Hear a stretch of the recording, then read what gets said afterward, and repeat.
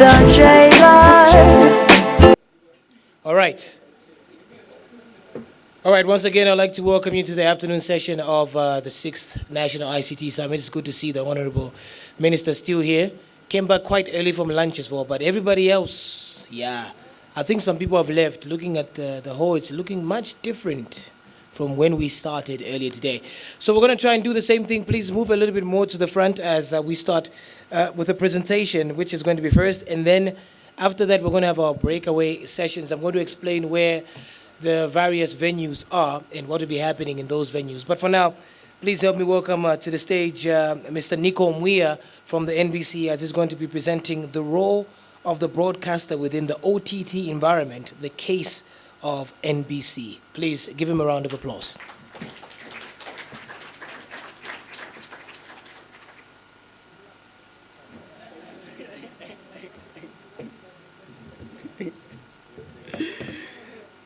Good afternoon. Thank you, Masters of Ceremonies. I think I'm going to stand in the protocol that was already observed. Due to the time, I'm going to be very, very fast. I saw the program was only given 30 minutes. I believe it had to do with the austerity measures. See, Honorable Minister, the colleagues, it's a way to, take a knife and stick it out, but I'm going to be very quick. We changed the presentation a little bit. As you know, last year we launched our OTT service called NBC Plus. We have been revamping that application just to suit in terms of the needs of our audiences. We identified that there were certain challenges, specifically when it comes to radio. When you are playing radio, when the screen saver comes on, your radio is off. So we've been working on that to improve on that. We were supposed to launch the new platform on the 2nd of October, but there are still some few tweakings here and there, and then we are going to be ready. Still October, we are launching. So what I'm taking you through today basically is our role, as a public broadcaster within the OTT space. Okay. You see, is thing working? I see our pointer is not working. It's stuck. Colleagues, I need your help here.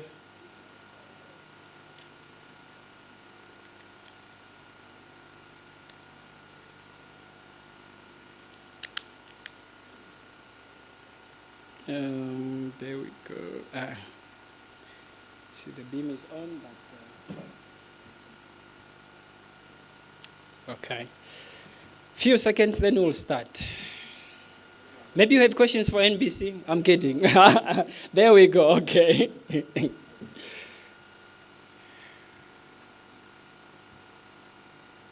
Honorable Minister, this is going to be very difficult. I know you'll be ticking on my KPIs. I thought after lunch you'll be going back to the office. So I wanted to be free. It's not working this side. I think you just have to navigate it from that side.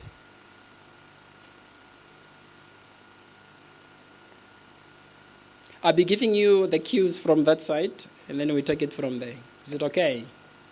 Okay, perfect. Yes, as the public broadcaster in Namibia, in terms of our key strategic intent, we want to become the #1 multimedia broadcaster of choice by 2020. So this strategy itself, it's surrounded by few key deliverables. One, this is multimedia, of which we combine everything that you call traditional broadcasting, which is radio, television. We combined with OTT services and integrating within social media space as well. Okay? So currently, not the current situation now as it stands, please. Currently, we have 6 television channels that are running. That's from NBC 1 to NBC 6. And then we have 11 radio stations that are running. We launched a commercial radio station last year in December called Touch FM, 100% targeting 16 to 30-year-old Namibians. We felt that there was a gap in terms of our audiences. Most of our audiences, they believe that the content that we are pushing specifically for radio is earmarking people above 35 years old. So with that, we decided now to launch a fully commercial radio station targeting 16 to 30.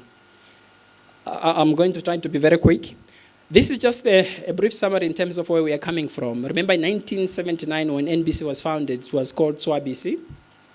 From there, 1991, the NBC was established under the Parliamentary Act of 1991, which is the Act number 9 of 1991. That gives us the mandate to inform, educate, and entertain the public. In 2015, we migrated from analog, we migrated to DTT. Currently, where we are standing, we have 74.5% of network coverage on DTT, which is television. And then we have 78% network coverage on FM. 2018, we launched the guy called NBC Plus. Why? You'll see in terms of the statistics that I'm going to share with you today, why the NBC decided as well to play within the OTT space. Okay, the product was a commercial product of which you have to subscribe before you can actually get access to it. Now, furthermore, so what we have done at the NBC is we looked in terms of what are the key milestones that we have achieved so far. First, a key milestone for us that we believe is launching the OTT service, being a public broadcaster. Within SADC, we were the first public broadcaster. We have seen in terms of how big SABC is, but they could not launch such a service that we launched as NBC. Secondly, we wanted actually to fully understand in terms of how are the behaviors of our audiences. So we commissioned what we call audience research. This is with a company called NEPA that is doing our audience research. The whole idea was to understand what do our audiences desire to see on TV, desire to hear on radio. So last year we did 3 audience research, of which in each and every audience research that we did, a reality TV show was coming out number 1, with above 82% of Namibians saying that we want to see ourselves on TV, we want to relate, we want to see things that are happening in the country. With that, we launched 2 reality TV shows. One is On the Street with City Police, and the other one is The Body with Maria Nepembe. At the moment, in terms of the press that we are getting on social media and people calling in just, to appreciate in terms of what we have done, we feel like it's a good milestone that we have achieved, because in Namibia, it's the 2 first reality TV shows. Now, within the ICT ecosystem, you see we have fixed service operators, we have ISPs, we have system integrators, and then we have mobile operators. Where we find ourselves is deep down there on OTT service, because broadcasting have changed from the traditional way of broadcasting. Now you can broadcast via IP, fully fledged IP. So as NBC, we say we are 100% within the OTT services itself with our flagship product called NBC Plus. Now, in terms of the benefit of the NBC Plus, I know all of you might have access to the internet, but the question is, what do you do on your internet? If there were no social media, if there were no OTT services like your streaming services like your Netflix, Amazon Prime Time, your Hulu, your Apple TV, what are you going to be using your internet for? Is Google sending email? That would be very boring. So now, what we have seen a niche to say, because local content is still king within the market, let's rather utilize what we have and push it to OTT. Okay, this is going to be very challenging. I think after the presentation, my arm will be. Now, in terms of our network coverage, as I said earlier on DTT, which is television, we are currently standing at 74.5% network coverage. And then on radio, we are at 78%. We are on NBC Plus, which you can actually watch and listen to your radio station wherever you are in the world. as long as you have access to your internet connectivity. In terms of the penetration on household level, the minister is going to kill me here. We only have 16% internet penetration on household level. That's on DTT. But we are complemented by a smart partnership that we have with MultiChoice, of which they are carrying our 2 channels, that's NBC1 and NBC2, for us to have 100% coverage since they are operating on what we call DTH, which is direct to home. Right? And then, in terms of, again, complementing to that, I've been speaking more about NBC Plus. We have NBC Plus now, which does not only give the connectivity within country, but it goes beyond Namibian borders. And luckily, I saw Mr. Mbandeka here, most of the OTT services are not yet regulated. So that's why you can be in South Africa, you can be in USA, you can be in China, you can still have access to your NBC Plus and watch your TV and listen to radio station. Now, very much interesting, because we are still on digital. We took some statistics in Africa, just to look in terms of the certain countries that have fully migrated from analog to DTT. If we look in terms of the statistics that are there, 39 million households in Africa now have access to DTH and DTT. But in 2023, we'll see DTT gaining momentum. We are looking at 13 million households that will be connected on what we call it's TFTA, which is terrestrial free-to-air.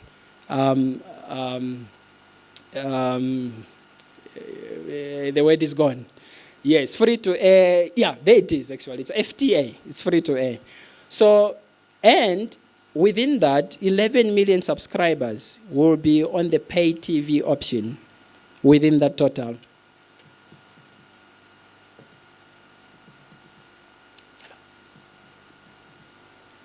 Okay, as Namibian, I think we have to feel proud for ourselves, because we were one of the first countries to fully migrate, from analog to DTT. If you see the map there, the darkish color, these are countries that have successfully migrated to the DTT network.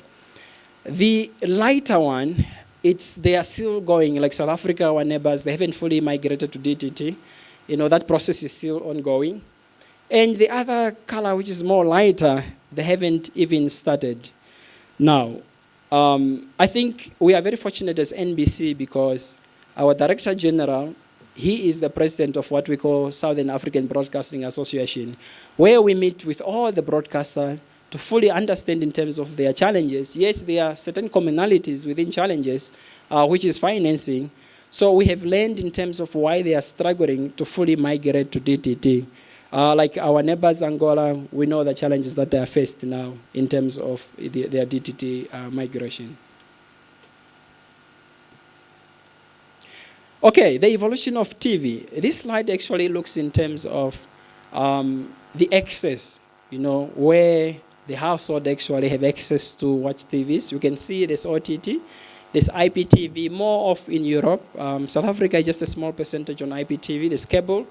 There's the terrestrial, which is the DTT itself, and then there's DTH, which is direct to home, where MultiChoice, StarTimes are actually, having bigger market shares. Now, 2023, we can see that DTT and DTH, they might have 50% in terms of the market share. Why? You saw the map itself. There's still a lot of countries that haven't migrated to DTT. So once they migrate from analog to DTT, in terms of the market share split, there's going to be a 50% with DTH. Okay? I'm going to be very, very quick.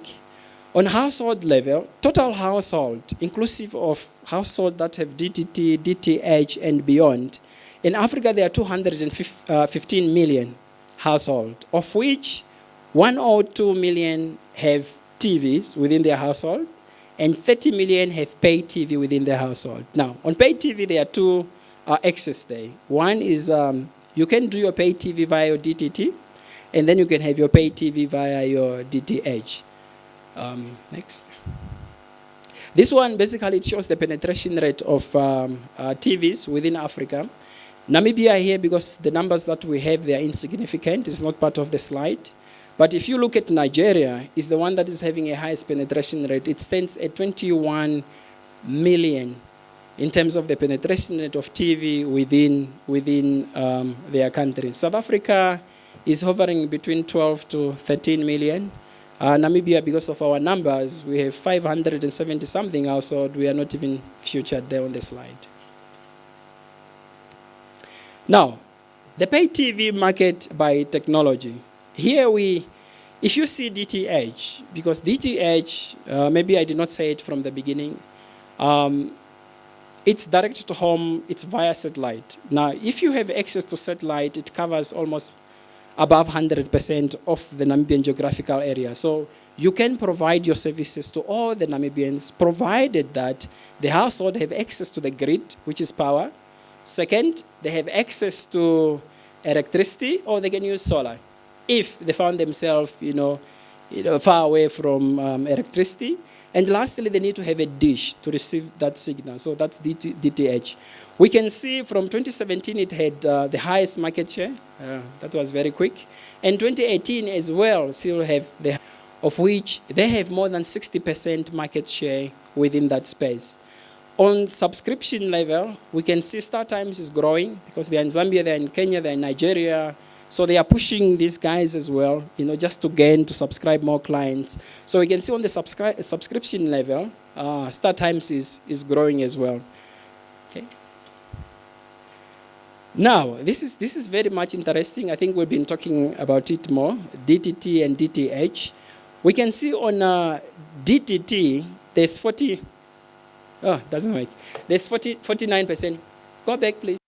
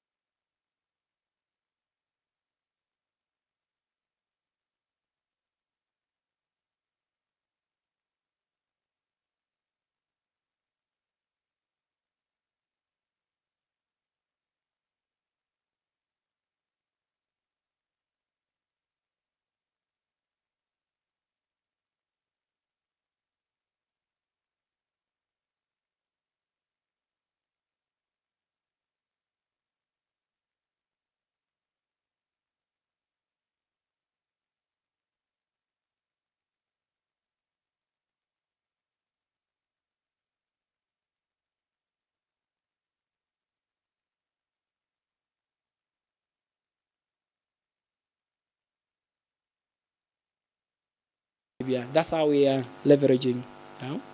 The target market actually itself, it's very easy if you enter into a smart partnership with a telco, because most telcos, they have access to a database of people using their services. As NBC on its own, we might not have big numbers when it comes to OTT services. We've seen a lot of telcos, they are bundling their 3G, 4Gs with your Netflix. I don't know if there's a smart partnership with Netflix there, or maybe just an IP link to for you to be able to stream a streaming data. So we have seen that as well. Now, there is a small challenge from telcos, to enter into smart partnership with OTT services, specifically with the NBC. So since the services was launched, we haven't actually had a smart partnership with any telco. So the challenge is, we indicated in terms of the challenges from the viewer or the user perspective, of which they cannot afford the data bundles.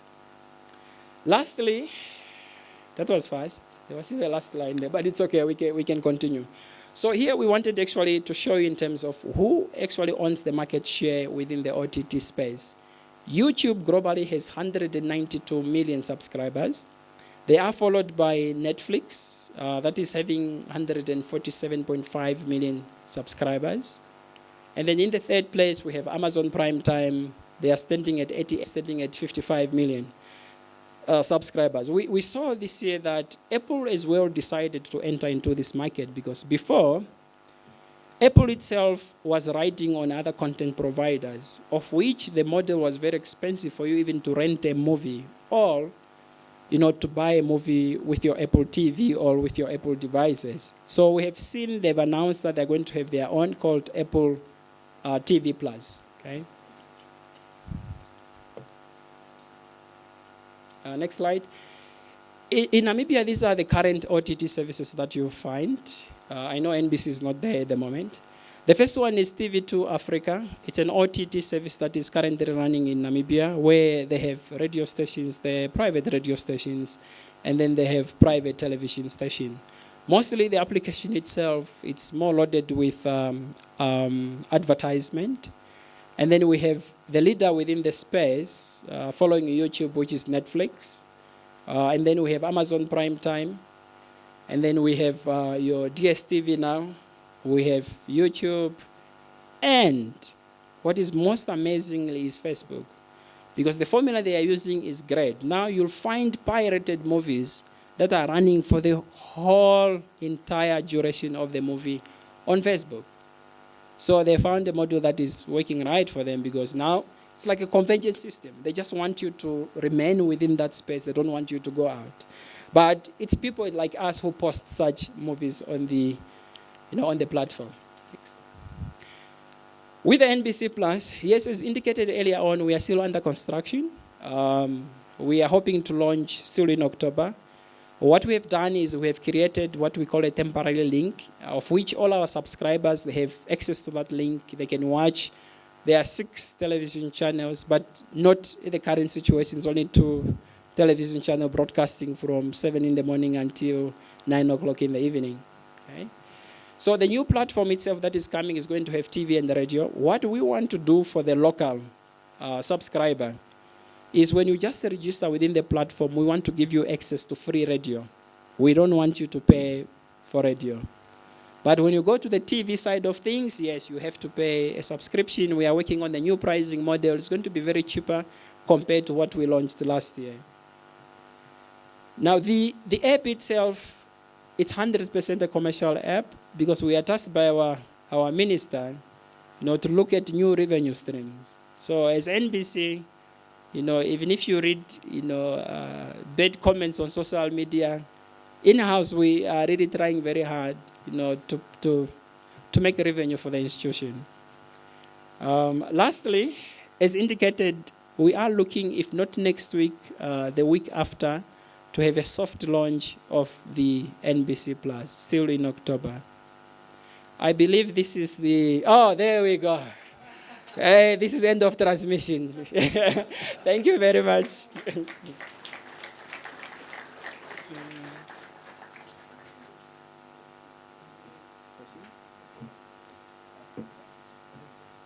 Yeah, okay. Awesome, awesome. If there are any questions, I'll be able to entertain them now. Thank you.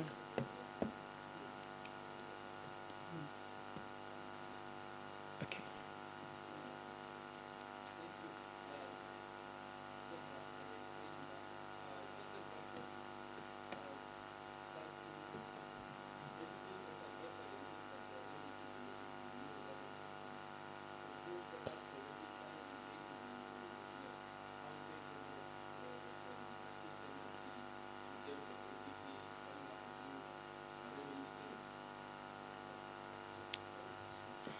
Yes, that's a very general question. So what we have is we have 6 revenue streams within the NBC, of which 40% of our revenue comes from advertising, 19% comes from television licenses. This year, in terms of the estimate, we are looking at 21% of that revenue coming from advertising. We have what we call rental income. We have other income where we have multimedia services. We have SMS revenue that is flying in. So when you ask your question in terms of have you engaged other stakeholders, there's another revenue stream that is called sponsorship, where we normally engage all the stakeholders. We do production for them, this commercial production, of which they are enhancing their value of their business. This revenue stream had been growing at an abnormal rate of more than 2,000% because of the buy-ins from the corporate, because they've realized in terms of what we can do. So in regards to that, definitely, there are other projects that we are running on the table. I cannot disclose now. The minister will fire me directly. Just for us to fully cut costs and also to fully focus in terms of what is core for the NBC business itself. So yes, we have done that. Thank you. All right. Do we have any more questions for Mr. Muya?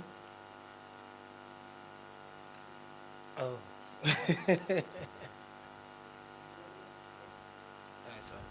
It's all. Thank you very much. My name is Steve Besaidnot. I just want to know one thing that I noticed in your presentation that is lacking, that I didn't see the word in there, is the word called podcast. Okay. And podcast internationally is quite a lucrative industry. The same question that he's asking, are you guys thinking of doing that podcast facility in the future? Yes, Honorable. We are definitely doing that. From the revenue streams that I mentioned, podcasting finds itself under other revenues. This is where we have SMS revenue. This is where we have your Google ads that are running, your YouTube revenue. So all of that falls within that. So we are 100%, tied to what is happening in the IT radio industry sector. Thank you. All right. I think that'll be all, Mr. Nico Muya. Thank you so much. Give him a round of applause. Lots of DTT, OTT, PTV, TFPA. I know it was DTH. That was very, very educational as well in the process. So we can't wait for that new NBC Plus app. Hopefully, it will be broadcasting for 24 hours by then. It's not for you, sir. Honorable. I'm just speaking as a citizen. Okay. Well, we've come to that part of the afternoon where we can go for our breakaway sessions. Now, just a quick heads up on this one because I know the venues can be a bit confusing. So we've got venue A, B, C, and D. So venue A is just below this one when you go down the stairs, and B. So A and B are just down here. Now, venue C and D are at Exhibition Hall 3. So the first exhibition hall, when you come to the registration point, that's 1. Then 2 is where MTN and MTC are there. Now 3 is where there was the coffee break earlier. Right next to that is where the venue C and D are.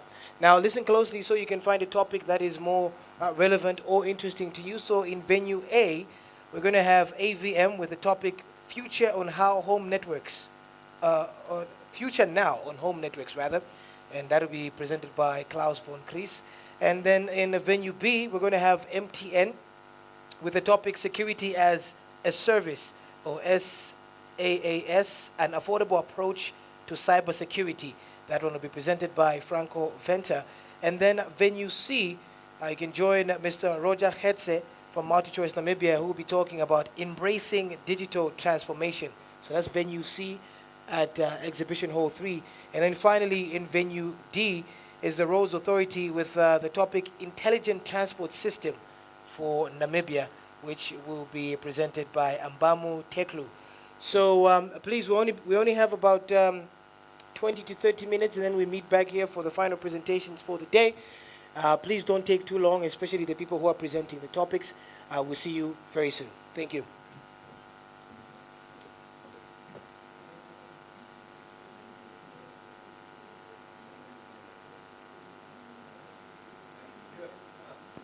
Mr. J-Light, I am a baby say, I wanna be president. I want your money from my government. What he don't know, what he won't know, what he can know. J-Light, J-Light, oh, be good, oh, be good, oh, be good, oh. Somebody be good, oh, be good, oh, be good. Oh, be good, oh, be good, oh, be good, oh.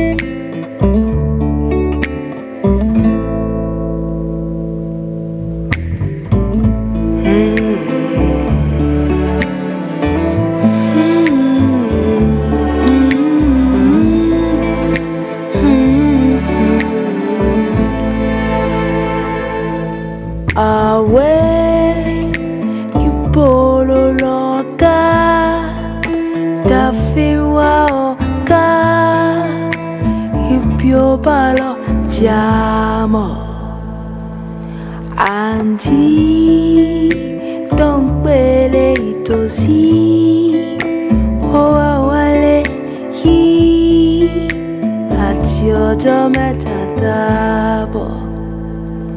Oh, we go, oh, lóyún fún ọ, oyún oṣù méjì, oh, lóyún fún ọ. Àní wípé oh, lóyún fún ọ. Ìwọ náà, oh, lóyún fún ọ. Wáídì, ọmọ Ṣẹ̀kínà, ọmọ Múyínà, ọmọ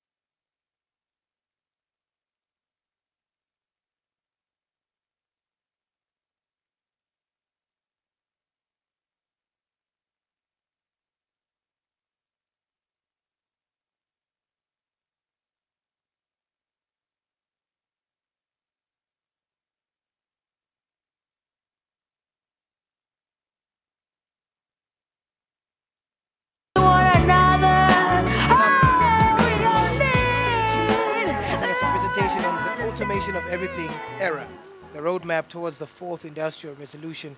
Mr. Dirk.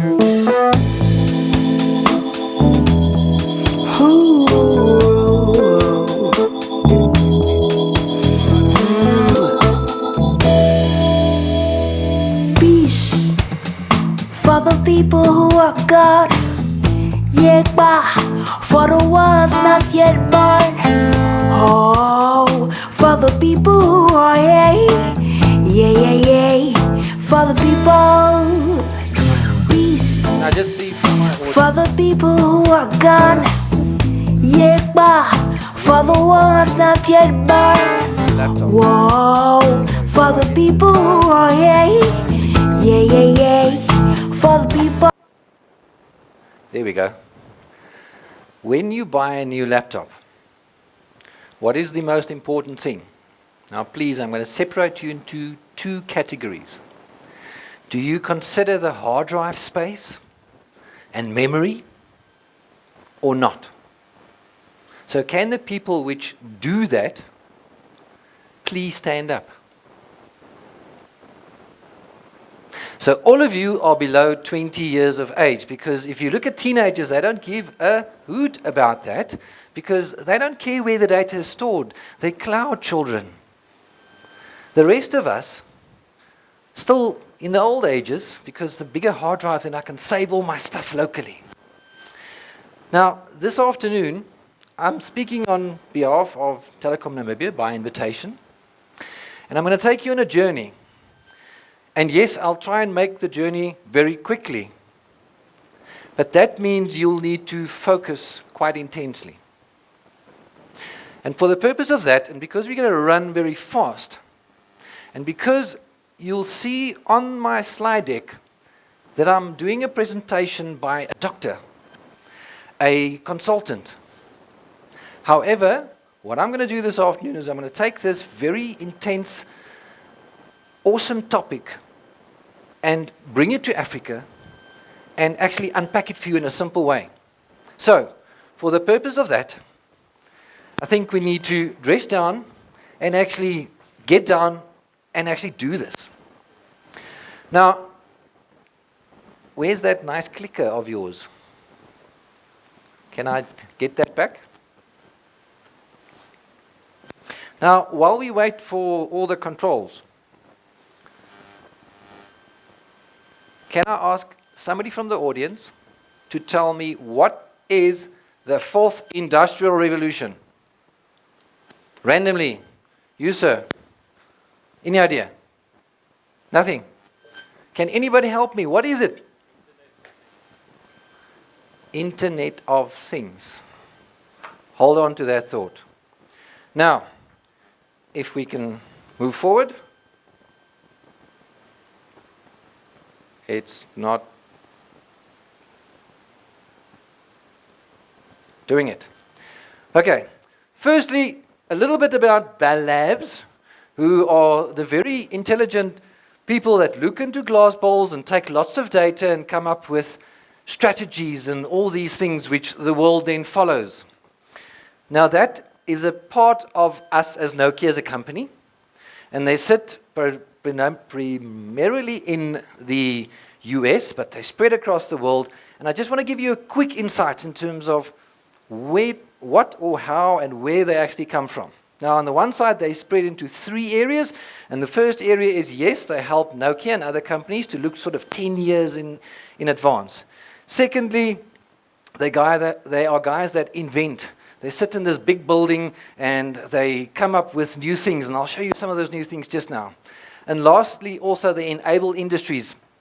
And they look at socioeconomic aspects, and then they've got this consulting arm where they assist companies to move forward. Now, Bell Labs are those dudes which many yonks ago, the first telephone call, the first transistor, those guys. They even got some awards as, I think, 2 years ago, where they used laser technology and to actually investigate into DNA and all sorts of things. So, very intelligent bunch of people. I think at last count there was something like, yes, and the number is correct, about 8,000 doctorates within that organization which look at the future and actually come up with these wonderful ideas. Now, let's bring it down from 40,000 kilometers to a bit lower. All of you in this room are hopefully in business, be it your own, be it within the telecom industry. And there was a very intelligent guy some years ago, Paul Krugman, and he said, productivity isn't everything, but in the long run, it is almost everything. Hold on to that thought. If we look at productivity, oh, my clicker doesn't want to click. Next slide, please. Over time, we as a world, as a global economy, have become a bit stagnant. And yes, we're now starting to speak about the fourth industrial revolution, but there was number 1, number 2, number 3, and we're now going towards number 4. And you can see from the data which I show you here that up into the 1950s, there's been some good growth, Revolution 1 and 2. And here with Revolution 3, which is all of us' revolution in terms of the ICT one, things didn't work out as well as they should. Now, again, please. Next slide. If I put it to you in a different format, you'll see that up until 1951, there was a good growth, and then it sort of flattened out. And then came the third, and it did bring something, but in the overall economy, it did not really provide the productivity as expected. Now, what happened to the third industrial revolution? There's some people that says, you know what? Actually, online gaming killed this whole ICT thing because there goes all the productivity into people actually playing games. Now, what we're seeing is you've got a physical and you've got digital. And the two did not up until now meet up quite nicely. And that resulted in productivity not growing as expected. And along comes number 4. Next slide, please. So, what we have is we've got physical and we've got the digital worlds which went along and now they need to come together and go forth. Now, if we unpack those two industries a bit, you'll see there's some interesting sort of statistics which come out of it. If one looks at where did all the investment go in the last couple of years, you'll see that 70% went into the ICT. If you look at what the physical industry actually constitute as GDP, you'll see that that actually constitutes 70% of GDP. If you look at where does all the people work, you'll see they're working in the physical industry.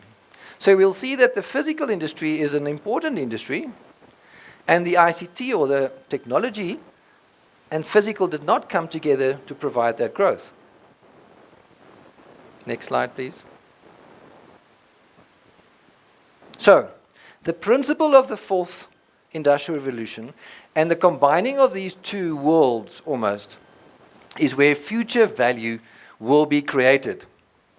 And it's in controlling the physical world from the digital world. Very powerful worlds. But what that means is if one takes the physical and one takes the digital and you create efficiencies, you can actually, by virtue of, yes, some of those buzzwords which start coming up, augmented intelligence, automation, and all those items, actually start creating, by the fusion of the two, a new which will bring productivity. Next slide, please. Oops. Now there it worked. You control. One forward, please.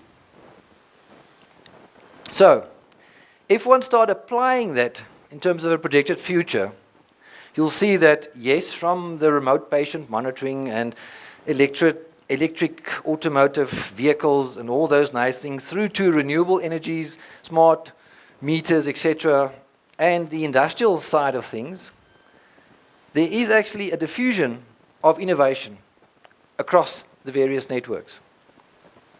And in the middle, you'll see how that will happen is by the creation of a new network or ecosystem which facilitate that two worlds coming together and actually going forward. Next slide. So, if we look at those two worlds, we'll see on the one side the physical industry, and on the other side the ICT. In other words, the third industrial revolution which we all go through. And now the ICT was focused on general things such as carrier grade and general purpose standardized technologies and delivering media and doing things rapidly. If one looks at the physical industries, one will see that there it's a different world. It's a world of mission critical. In other words, if your cell phone call fails, your wife might be upset with you. But in the physical industries, if something fails, somebody might die. So, also, there's other areas where you'll see that, for example, the physical industry take long to adopt and bring in. So how does one now take this one world and fuse it with the other world?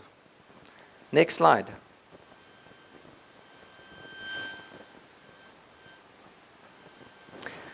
You'll see in the physical industry, there's a lot of demands.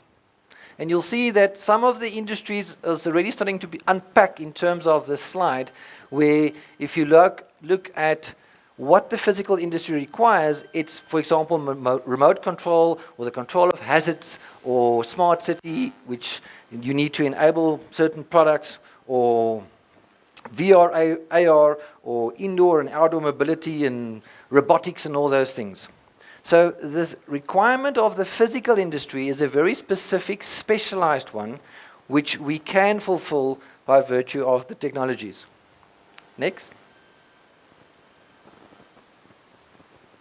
And along came the swear word.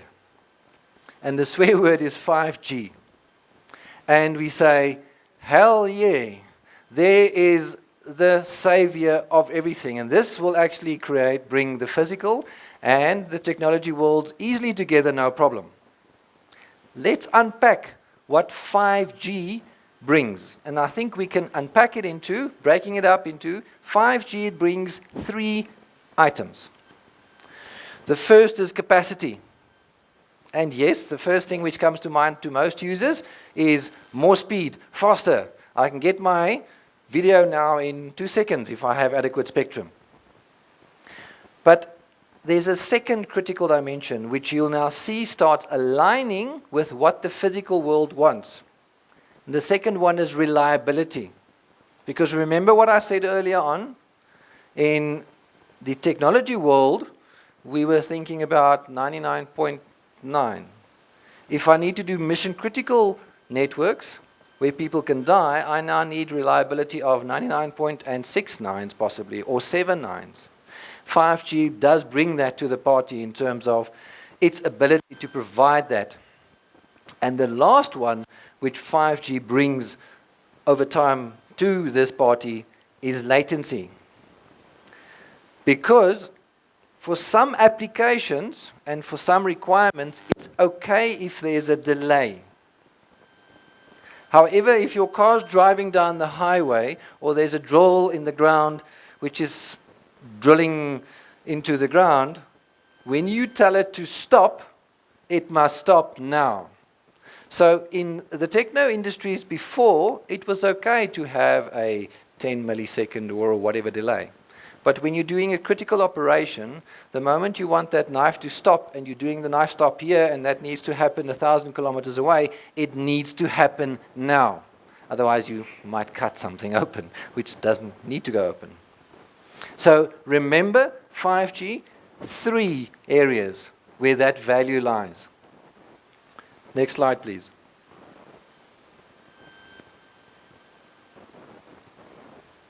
Now, first question which comes up to, what does 5G actually then practically bring to the party in terms of the catalyst to now take the physical world and the technology world and fuse together. We will now get this productivity increase and the world will just be a better place going forward.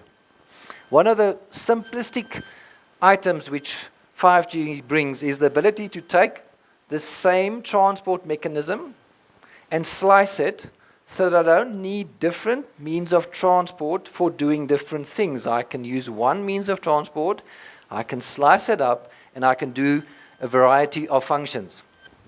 That is a good example. However, 5G also has the ability to do so end-to-end, because that is a big, big, big requirement. Next slide. Here now it gets interesting, and I would like you to pay proper attention. If one looks at this future vision of what is coming and what is needed to now take physical industries and get this improvement in terms of the productivity, and I take that and I take it, bring it and fuse it together with a slide which I showed you with regards to the 3 values of 5G. You'll see on the slide deck, you'll see that there is some requirements such as 4K, ultra video, etc., which is bandwidth intensive, and 5G brings you that ability. And you'll see some of the numbers which they are earth-shattering, because we're trying to get a connection at home which is 5, 10 or 15 meg or 20 meg if I'm happy in Africa, and here the guys are starting to talk about 6 gigabit per second type of speed. Not to worry. The second thing is the middle portion of the slide deck shows you where this latency thing comes in, this time. How long does it take for me to get an answer back? And in there, you'll see that there are certain things in the physical world which I can do with little low throughput and not worrying about latency. And certain things such as system control, which latency is very important. Now, if I take those 2 items, I think it becomes clear for you that going forward, in order to do this end-to-end, a lot of alliances needs to be formed between businesses and partners globally to make this work. So, next slide, please. If I take that, what I've said, and I take a lot of scientists and I put them in a room, I come up with something like this, which is this new value architecture in terms of the network going forward, or the ecosystem going forward. And we've kept it simple by keeping it by numbers. And I'm going to take you from the bottom upwards, and you'll see that, yes, there will be a tremendous amount of emerging devices and sensors because I need to measure. There will need to be massive scale radio access. I will need a converged edge cloud. I will need a smart network fabric. I will need an adaptive core which can handle all this traffic. I need a programmable network OS. And then this is where it becomes interesting, which was not really all that prevalent in previous network architecture, is, for example, yes, those buzzwords, analytics and machine learning, which also comes into play. And on top of that, and I was quite not only surprised, but also quite positive about the fact that at our stand at Nokia this morning, a lot of students and young entrepreneurs actually visited us there. And that's that top bit, because you'll need a whole bunch of digital value platforms or apps and programs which they actually interface into this. It's a very important bit of that. And then number 8, and it's actually sad that it's at the end, because it's one of the most important factors of this new world going forward, because you can see you are now connecting everything, and you have all this intelligence, hence you need to wrap it into a secure environment to ensure that the security remains intact. So you'll see this new architecture is distributed as well as dynamic going forward. Next slide. If I start bringing that architecture, which was very technical and it had lots of those acronyms in, to a more palatable world in terms of our environments, one will see that the picture changes something like this. You'll have the connectivity, which requires high performance networking. You will have a cloud environment, which you require. Well, in some applications cases, it will be local. In some, it will be a distributed or a hybrid cloud. On top of that, you'll need digital value platforms, which include the cognitive analytics and digital operations. And then on top of that, you'll need the business applications. So such things such as predictive maintenance, workforce efficiency and safety, and asset optimization. Again, wrapped in security. A complete secure environment. Next slide.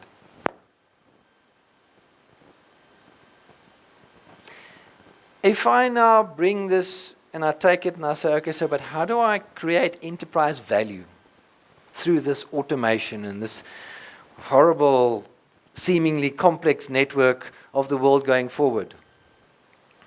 You'll see it will be starting to become like a loop going round and round. Because one of the first phases is autonomous systems. Second, mission critical connectivity and control. Then cognitive or intelligent systems which come into play. And yes, still at the end, human-machine interaction. Because although a lot will be automated, you still require the human-machine interaction in all of this. And this will start creating, and you'll see in the various industries, be it in cities, ports, smart grids, health factories, vehicles, or retail, you will start creating a value and an increase in productivity. Next slide. Let's start talking numbers again. Currently in the world, through connectivity, in other words, selling connections, it's roughly a 500 gig, a 500 million industry.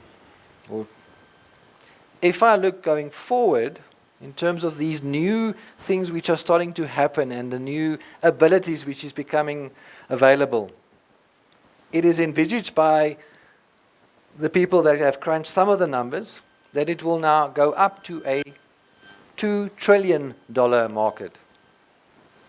So that's a fourfold increase just there. So that's quite a bit of value which will be brought to the global economy. If I take you on this slide deck and I point you towards the right of the slide deck, you'll see there's a timeline. And this timeline shows that, yes, a lot of things are available today, but there's a timeline of when things and what will happen. And this ecosystem will evolve, and some of the first things that we've seen already, is, for example, fixed wireless access. And then still also at the same time as low and mid-band 5G in high competitive areas. Those are the things. But if you go up the stack, you'll start seeing that campus networks and mid and high band and end-to-end slicing across campus and natural networks will actually become available going forward. Now let's take a lot of this big things. Next slide. And let's now bring it into something simple. And there's a key message which I want you to take away from today. The fourth industrial revolution is not tied to the hip on 5G at this moment. You can do a tremendous amount of applications and wonderful things and productivity increase and additional businesses and additional value with LTE. And on this slide, you will notice in the bottom left-hand corner, applications such as traffic control, video surveillance, tolling, parking, lighting, fleet management, etc., which if you look at the requirements of throughput and latency, you will note that those are available to us today. The true 5G ecosystem will come into play, and yes, it is needed later on if one looks at if you want to do industrial automation. However, a second snippet which I want you to take from this is the following.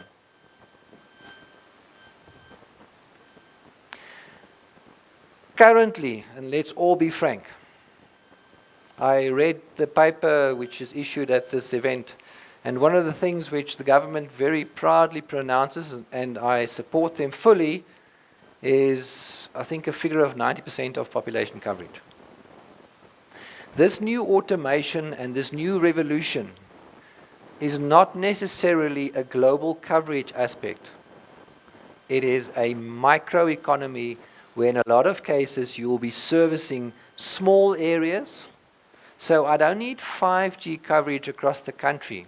I might need 5G in a factory as a first step.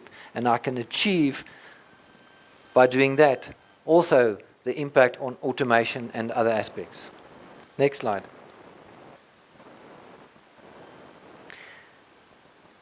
If I now go and I start giving you some examples of real life, where things are already happening, and also what will happen, you'll see that this whole industrial revolution is segmented into different industries and segments and various networks. And one of the first ones is cities and roads. Next slide.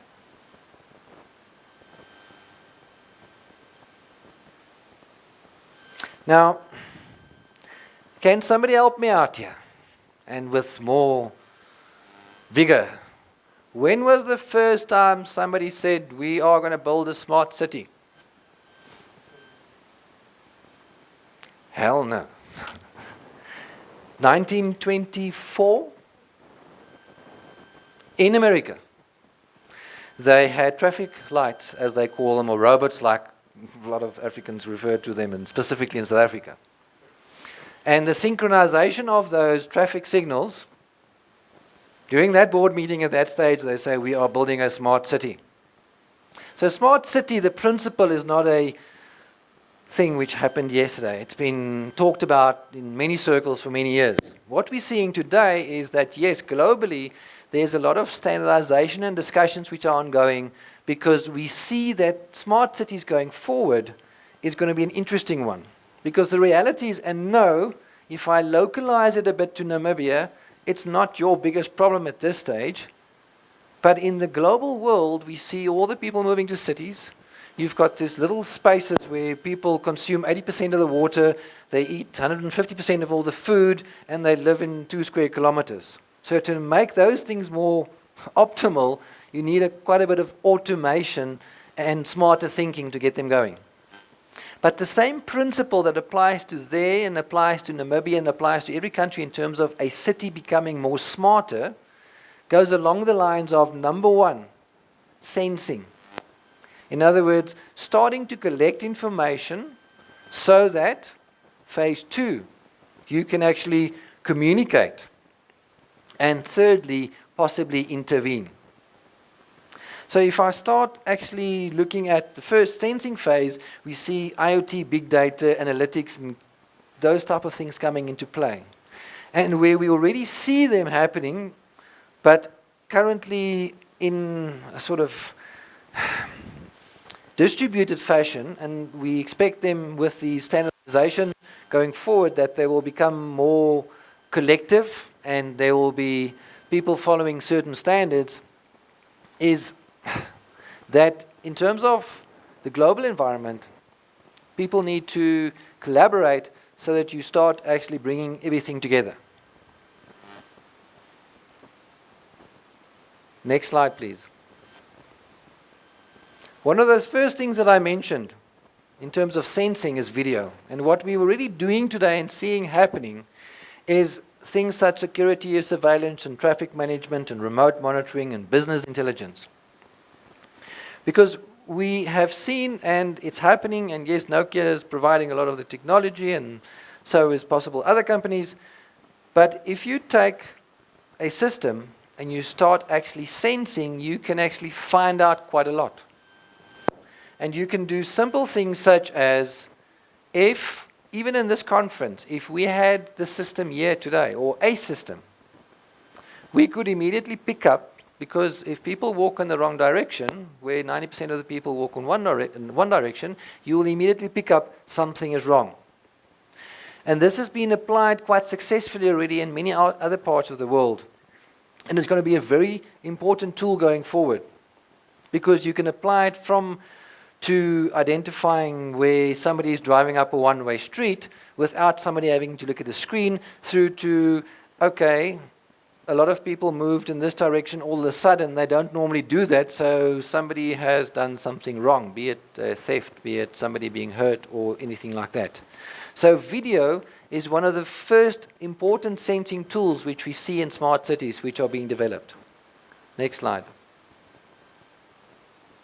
The same applies to airports. There's another one where we see a lot of movement in terms of this fourth industrial revolution. And there again, I'm not going to read to you all the various aspects, and I can sense that you understand the simplicity of the industrial revolution, because it actually is broken down into small little blocks. And with simple technology, you can sense, you can culminate all the data, and then you can make decisions. And that's how you improve the efficiency and make the lives better. Next slide. Mobility. And the first thing which comes up in everybody's minds, and honestly, in Namibia, I think this might take a while. And it's not because I don't think this is an awesome country. However, you have this vast country with some of the roads being hundreds of and thousands of kilometers long. So that swear word called self-driving cars, which, yes, is the reality of our lives going forward, because computers drive cars more safe than people, and that's a fact. Unfortunately, Namibia, that shouldn't be at the top of your fourth industrial revolution happiness or endeavors of what you want to achieve.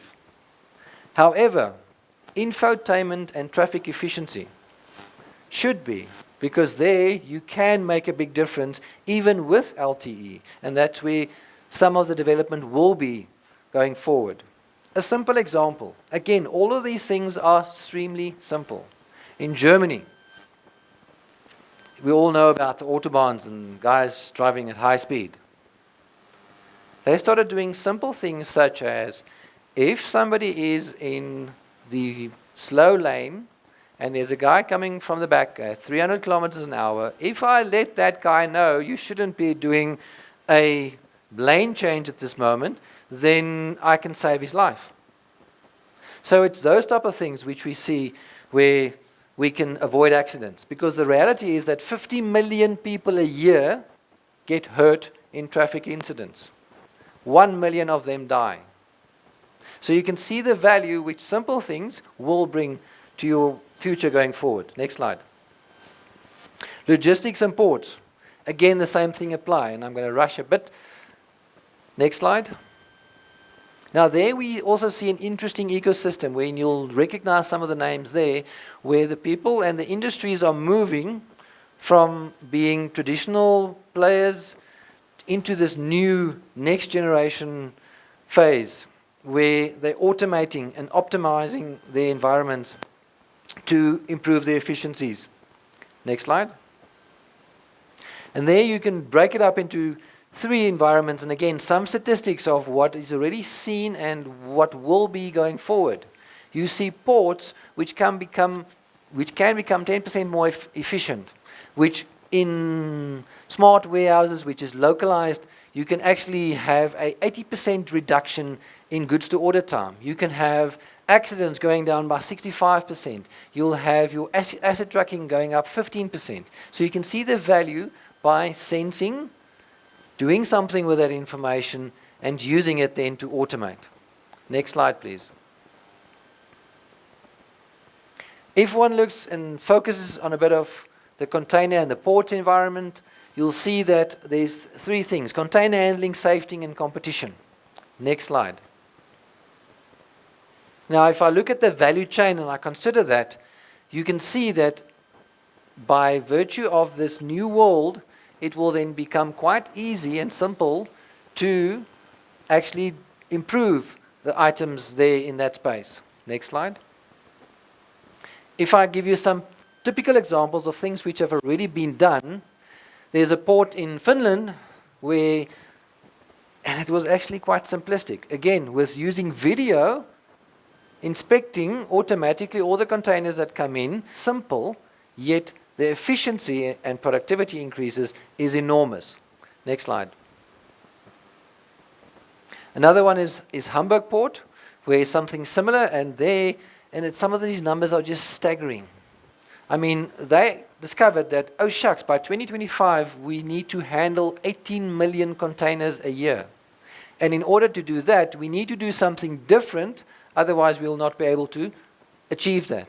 And by virtue of automation, by sensing, by applying the principles of what I've mentioned before, they are now moving, and they've already improved their harbor, they've already improved their traffic flow, and yes, they do also the safe things towards helping the planet. Next slide. Mining. Mining is another area, and I think that's where in Namibia also, these are one of the areas which could be quite interesting. And mining is a very harsh environment. And it's, as I mentioned earlier on, it's one of those environments, if I tackle that environment, that physical industry, I need to be sure that I do it right, because people die if I make mistakes. Next slide. Now, in the mining industry, you can see extreme autonomy being a great value in that area. Just go to the next slide, please. If I look at that and to slice it up into saying, but where can I be doing what, you'll see that massive IoT analytics play a large role, right through to digital, something as simple as digital PPE. In Africa already, we are seeing that people are deploying simple items such as within the hard hat, there's a sensor which detects is the worker suffering from fatigue possibly and should not be operating that. And that simple mechanism, which has a lot of value to the mine because it increases their productivity, have been deployed, and more of those will be deployed, and that actually will bring about a huge saving to the mine.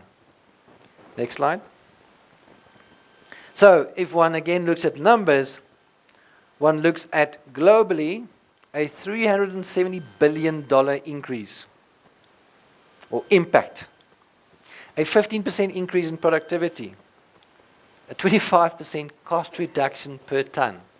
Now, if you go to a mine, and I'm sure if there's any mining people here, and I bring this business case to you, you will agree with me, please bring it, because it will make a huge, huge impact.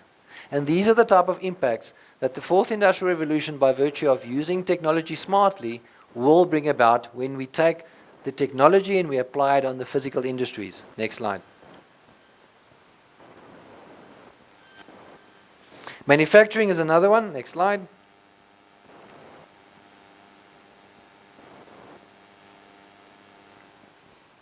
And the optimization of factories is quite an important one. And yes, I'm going to actually run a bit faster because of time constraints.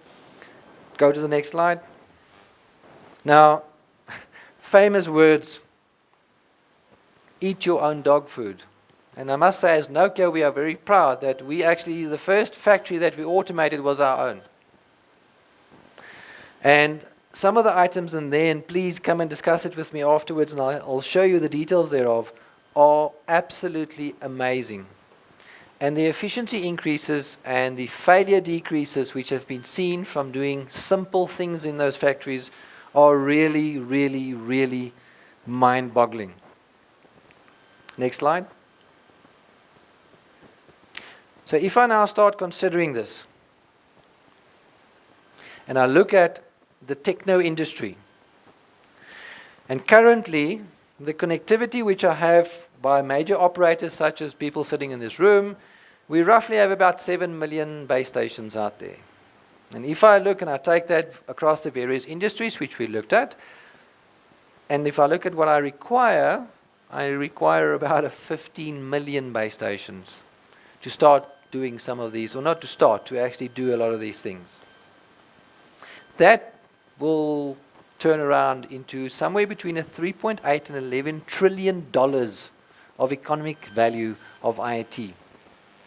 That, to put it in context, is 11% of global GDP, not Namibian, South African global GDP. So the monetization of the industries has and will drive a massive, massive impact. Next slide. So, remember this circle. In terms of the fourth industrial revolution, simplistically put, we need to sense and will sense. We will take the physical world, sense it, take it to the digital world, and then we will anticipate and react going back. And that will constitute and turn about in providing you with that growth and increase in productivity. Next slide. I said it earlier and I'll say it again. So we'll be going into an era of hyper-local networks. So these small networks, because you saw all the things I showed you, most of them is not, global coverage. It is local pockets of applying technology to constitute productivity increases. Next one. So, what will happen with this fourth industrial revolution is we're going to make humans super strong because we're going to aid them. We are going to actually see more and more of people walking around with, I just call them goggles. And they can be used in various ways for safety, for increased productivity, as well as, like Bell Labs have also created, sensing items such as the sleeve developed by Bell Labs, which then aid in the the private safety of an individual working in an environment where you can actually sense, is he okay, is it too hot for him, is he working too hard, and all sorts of interesting things. Next slide. And yes, Bell Labs have also now taken this environment and opened it up to the public. So if any of you are going to the US, they've actually now opened up their labs to fast track the innovation to the public and to anybody that actually wants to go in there. Next slide.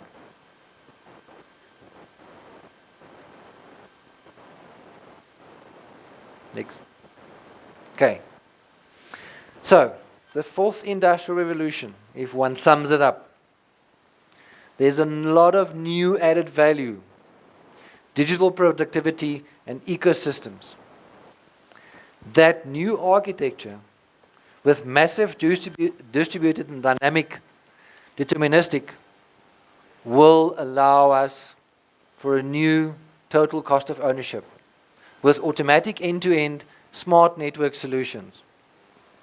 But just to debunk it, those solutions will require from the developers, the entrepreneurs, and the networks, and the various technologies coming together, which will result in the productivity increase. Next slide. Thank you.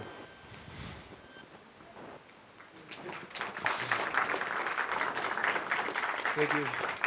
Thank you. Thank you very much, Mr. Dirk Force. I think I can only get one question now because we're super behind schedule. Let me just get a microphone for you, sir. I don't have the deer. Is it gone? They took it. Okay. Oh, okay.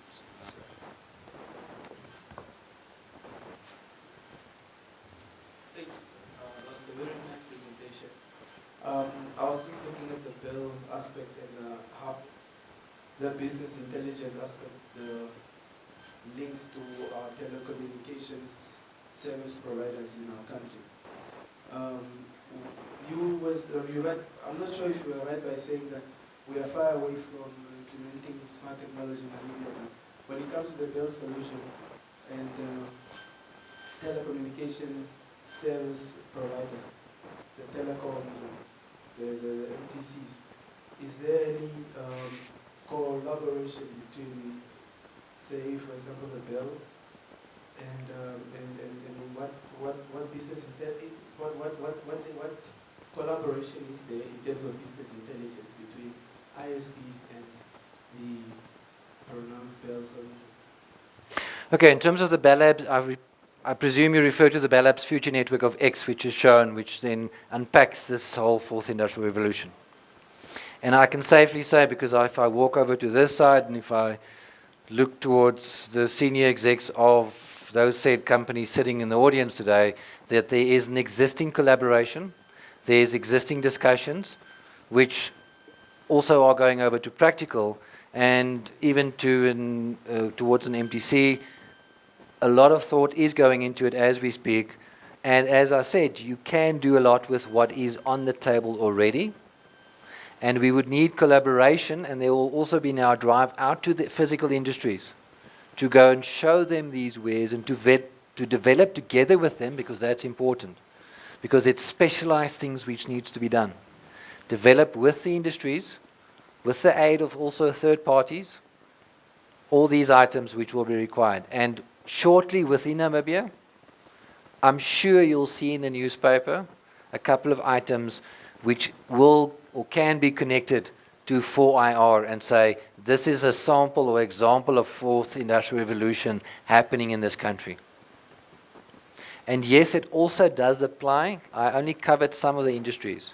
But your hospitalization industry, your medical industry, those industries are also able to develop and optimize in a great way. I just haven't shown them today. Does that answer your question? All right. Once again, thank you so much. Please give him a round of applause. If you want more details, I'm sure he's still around here. Grab a business card, exchange information. Take me When for I a think drink. Nokia, I always think like 3310. That was my first phone. Like, you can throw that on the wall. You could still have it, Do you have one there? of course. All right, ladies and gentlemen, thank you so much for sticking around up to now. I know it's been quite a long day, and we still have a few more presentations to go before we So you will wrap be doing up it. today's opening, obviously, which has been the first day. I know you from last year as well. You ask a lot of questions. Yeah, this is the third time I'm at the ICT Summit. And he's always got questions at hand, and that's nice. It's good to know you're paying attention. For now, we're going to have Mr. Melvin Angula from MTC, who's going to discuss digital transformation initiative through private-public collaboration. Please give the gentleman from MTC a round of applause.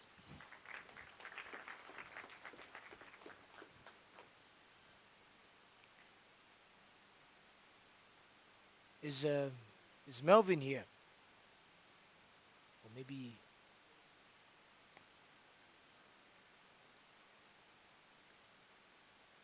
anybody from MTC to confirm if Mr. Angula is here?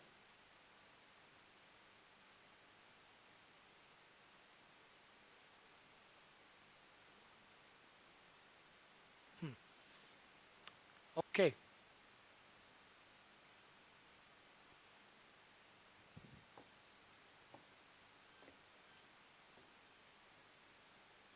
Okay, I guess in the interest of time, we can probably move to the next presentation. That is from Huawei. And the topic is Smart City by Rose Moyo.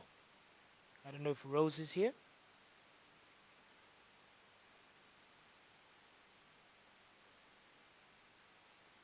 Yes, sir. Are you from Huawei, sir? Okay, all right. Thank you. I said it right? Huawei. Some people say Huawei. Huawei. It's Huawei, isn't it? Okay. All right. Please give her a round of applause, ladies and gentlemen. Thank you. The clicker. Where is the clicker? From my information, I think that one's not working. Maybe the Okay. will just change the slides. Afternoon, ladies and gentlemen. I think all protocols observed in the interest of time. And I think the biggest challenge of being given the graveyard session is actually now that people are a little bit strained. I'll try and make it as short as possible, and it is in the first place. I think previous speakers have said a lot in terms of smart cities and what is it that we need when we look at smart cities. One of the biggest challenges that is there is urbanization. There is rapid urbanization. Wherever you go is a common thread. Then the next part, if you look at that map that is actually in front of you, you can actually see what the pattern, what has been happening from 2007 to the projection in 2015 when you look at the level of urbanization within the global environment. And that will be also be coupled with the population increase as we go along. And the development of mega cities is a trend that is actually, it won't spare any continent as we go along in the near future. Then we look at the challenges that we are going to be looking at, is the resources that we look at. And we're looking at the infrastructure that we're also battling with every day, whether it's housing, whether it's transport infrastructure, any type of infrastructure. And the Gini index, when we look at inequalities, how do we bridge that more so, especially for us as Africans? Then we look at climate change. Climate change, where it comes in, it looks at our transport systems. It looks at how we're using our coal or energy efficient systems as well. So basically all those are interlinked. Then having said that, what must a smart city do is what we're looking at, is basically manage those resources efficiently. Then we look at, it has to be sustainable going forward and ensure maybe good citizenship, in basically improve the quality of life of the citizenship that we are looking at. Having said that, can you go to the next slide, please? Slide, okay. The smart solutions is basically looking at the quality of life of the people. We're looking at that 300-degree cycle that I have put in front of you. First and foremost, Maslow's hierarchy of needs, safety. Then we look at what is it that we need in terms of safety, all the aspects of safety. We're looking at it in terms of health. We're looking at it in terms of actually sustainability in terms of our environment. We're looking at the connectedness, which is basically the percentage that have been maybe mentioned before in terms of percentage and everything. Then the cost of living. We're looking about job creation, which is also the other things that we're looking at. And time, in terms of time. I think one of the things that if you look at the current generation is what they look at is when they're trying to balance their time. And even today when we're trying to balance our time. Then we are saying to say which smart solution and how is the question of where we're actually going to look at. Then the next slide, guys. Then here I'm saying welcome to the digital era. That's where ICT comes in. The reason why I gave the background is smart cities is not about ICT, but ICT plays an integral role in actually building those smart cities.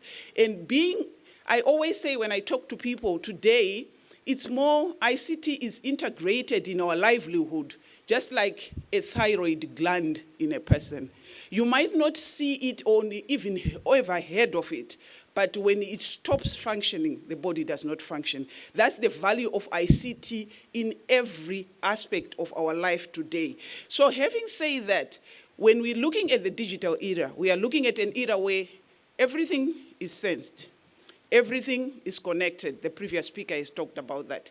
Then we look at everything has to be intelligent. And fundamentally, there are certain driving technologies that are actually enabling that, be it the broadband, and we're looking at the data centers, cloud computing, big data, and IoT, which is what we've been talking about, then artificial intelligence. Those are basically to say these are actually the fundamentals when it comes to the functioning, when it comes to the intelligent world that we are going to be actually coming across. The next slide, please. Having said that, ICT is not in isolation. Previously, when we look at the history of technology, can you go back a little bit? Technology was an overlay to the system. Can you go to the previous slide? Technology was an overlay to the system. Today, these two are integrated. This is why I'm looking at CBA and ABC. These, when we're actually looking at adoption of technologies, especially in smart cities, there are certain fundamentals that we are actually, it has to be business-driven or people-driven, because whatever we are doing is for the citizenship. So it's basically we're looking at that architecture in terms of business-driven whenever we apply the technologies, and more so on the other side, it talks about the two.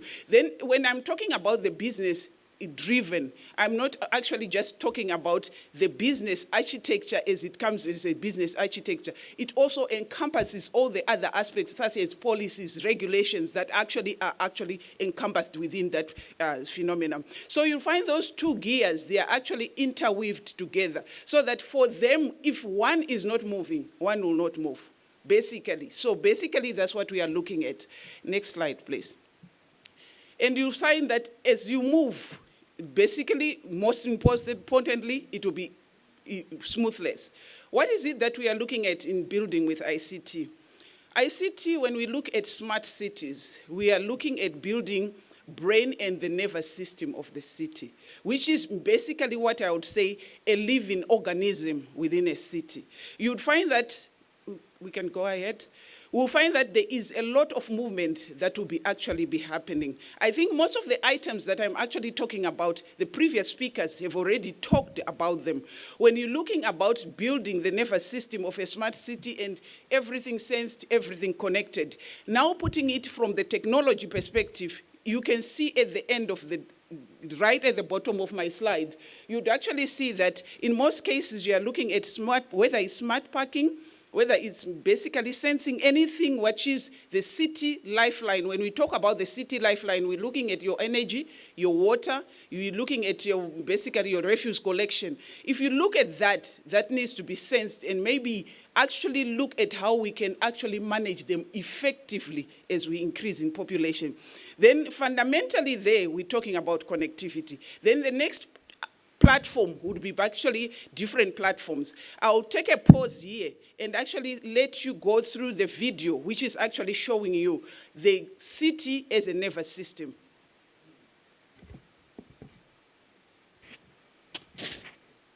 Can I have a little bit of sound there?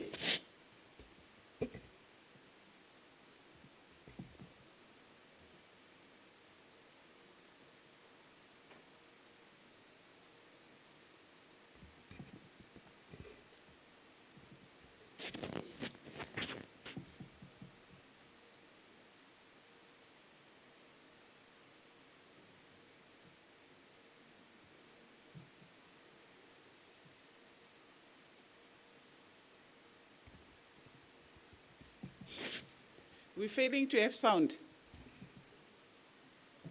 Oh, sorry. Okay.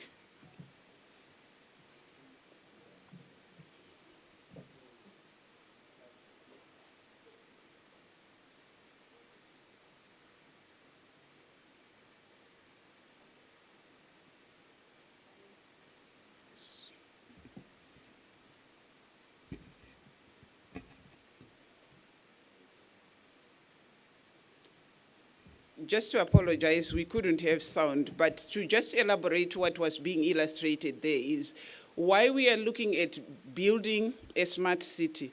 We're looking at building a smart city as a nervous system, just like a person.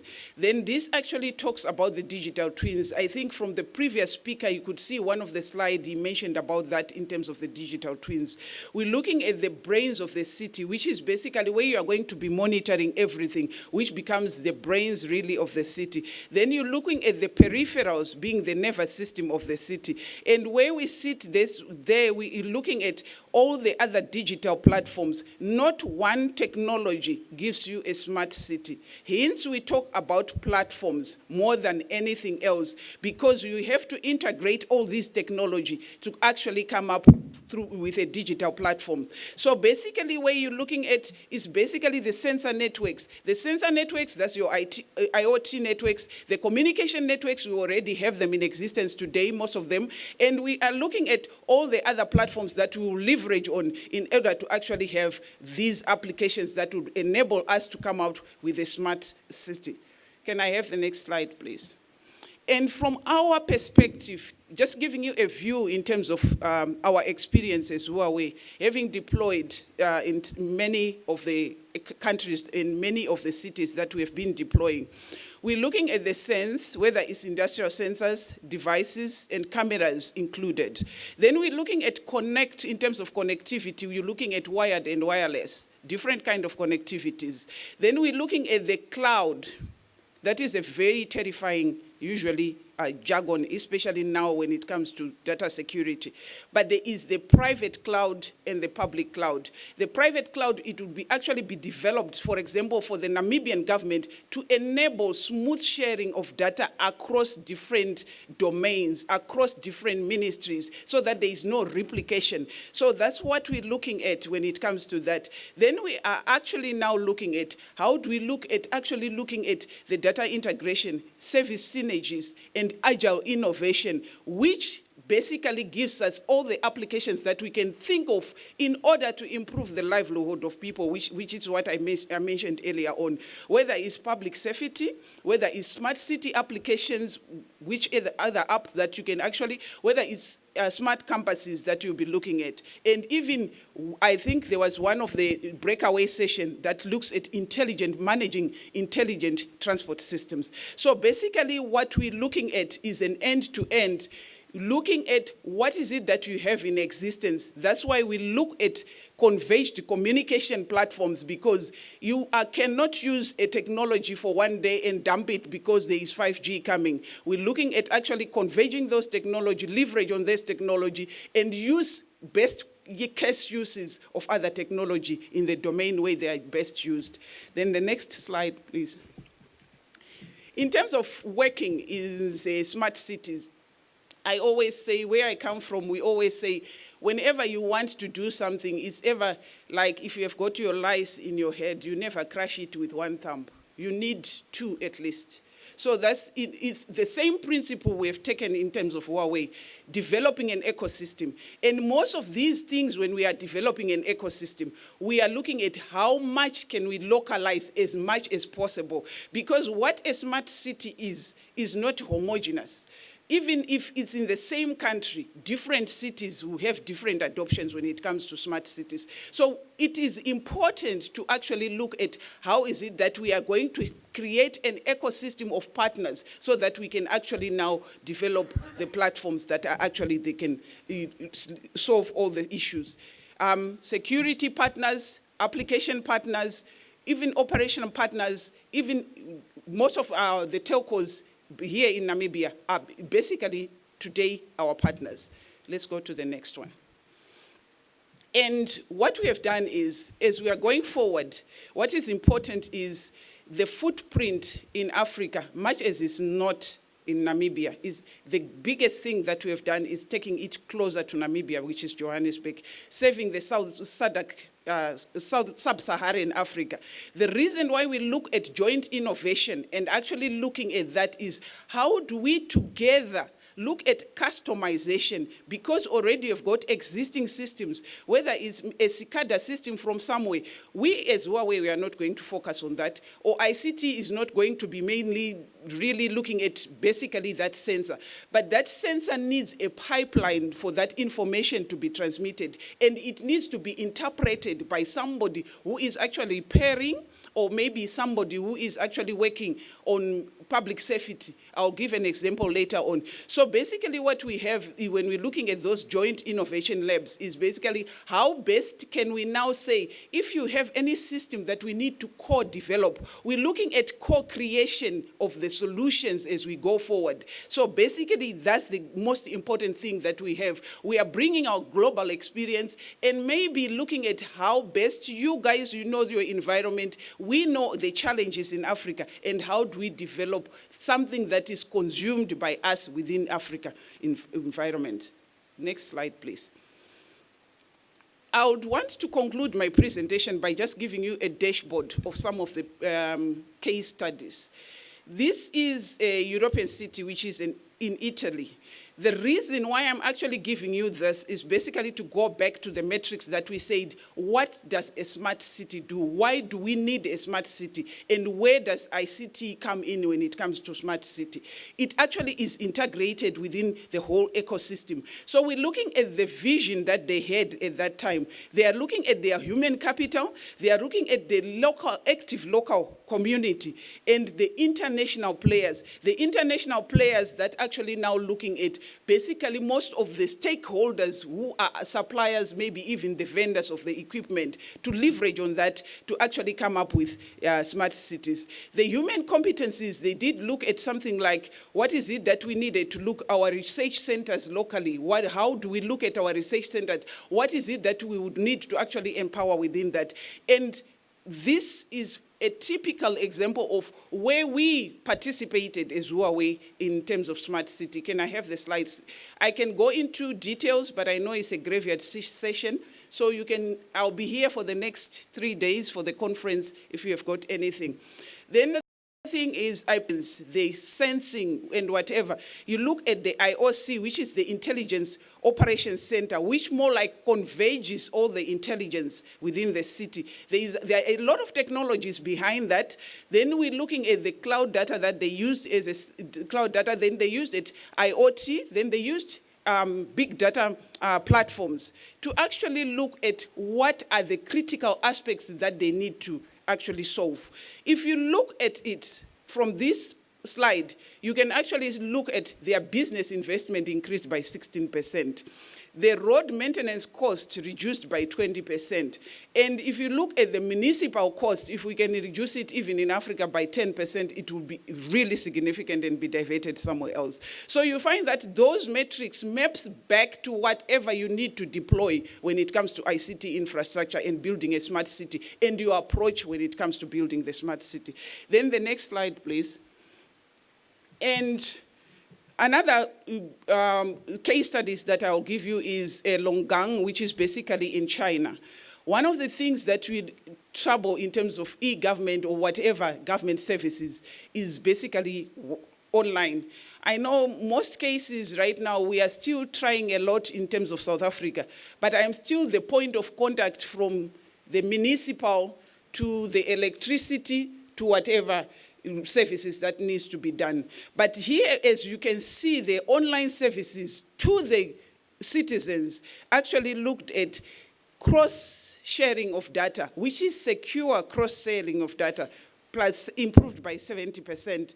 And it was improval of the processes, which means you don't have to wait for a long time when you submit any document, because most of the information would be just duplicating. Can you imagine how many times you have been actually asked to submit your ID in every aspect that we do within our lives today? Then you look at the average waiting time, how much it has been reduced. Next slide, please.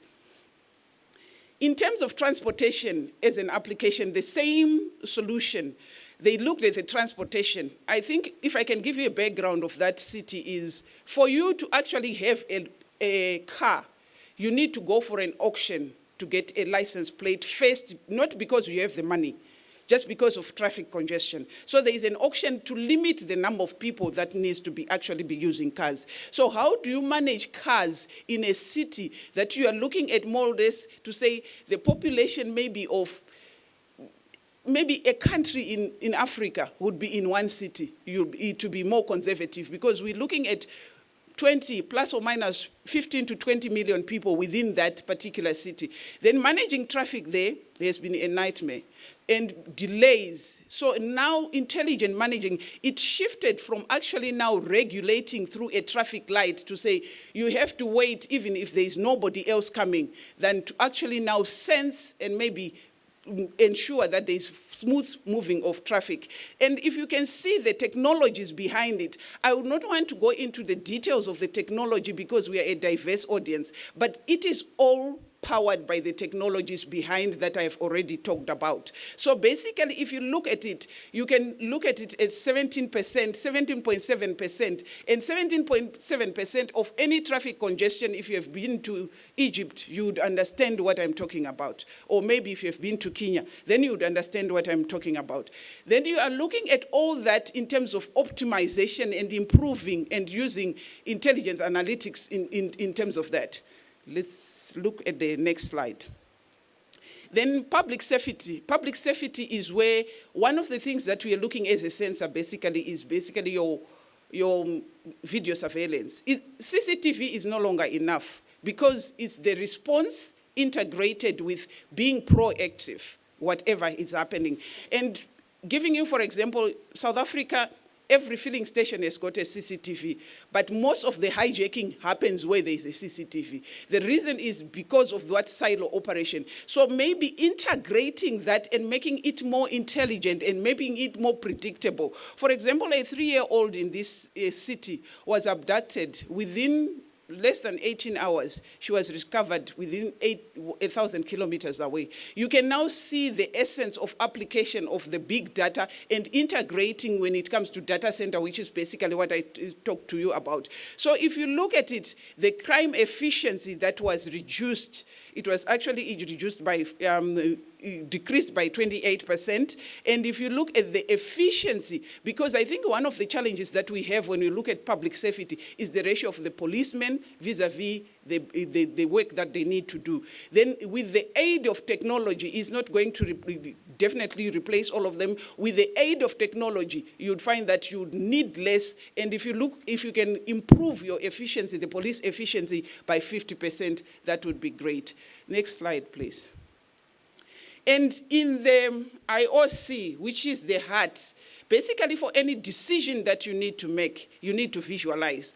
Now, if you have got an intelligent operations center, you can visualize whether you've got your leakages, whether there is a dam level that has gone down, whether there is the utility that has illegal connections that have been connected, and you can respond timely. So you can look at it in terms of visualized reports, operational monitoring, decision-making support, and unified command, and comprehensive governance. And more so, in most cases, when you look at this ICT and we look at the smart cities, we're looking at how best you can predict, because when you have information, it's easy for you to predict. Next slide, please. And the key success factors in digital transformation for smart cities is, in our experience, we've seen that it has been the leadership, the vision. Remember, I shared to you about the Italy case study that actually shaped everybody and make sure that everybody is focused on achieving a goal, a certain specific goal. Then you're looking at strong execution teams. These are coordinated in actually the construction of that. This is basically you leveraging from anybody else that is within the ecosystem. It's never one person. And how you also look at transferring the skills locally and make sure that is actually looking at that. Then digital leading partners. I'm sure the other digital leading partners, whether it's in energy, whether it's in water, whether in whatever. But in ICT, you'd also look at who are the digital partners that we can partner with. Because one of the things that we're looking at as we are coming into this digital, in a platform world, is basically integration. And open systems are really integral to that part. Then, last but not least, is basically the solid investment. That is actually to look at what is it that we need as a city to actually invest. I always say I look from smart cities to smart communities. Why? Because in Africa, just at the outskirts, I'll give you an example, Durban. Durban is a mixture of rural and urban. So basically, you're looking at smart communities. So whatever technology that you apply, depending on how you apply it, it will work the same. The aim is to improve our livelihood within the entire cycle of the human being within the city. Better planning, and maybe even better usage of resources. With this, I say thank you.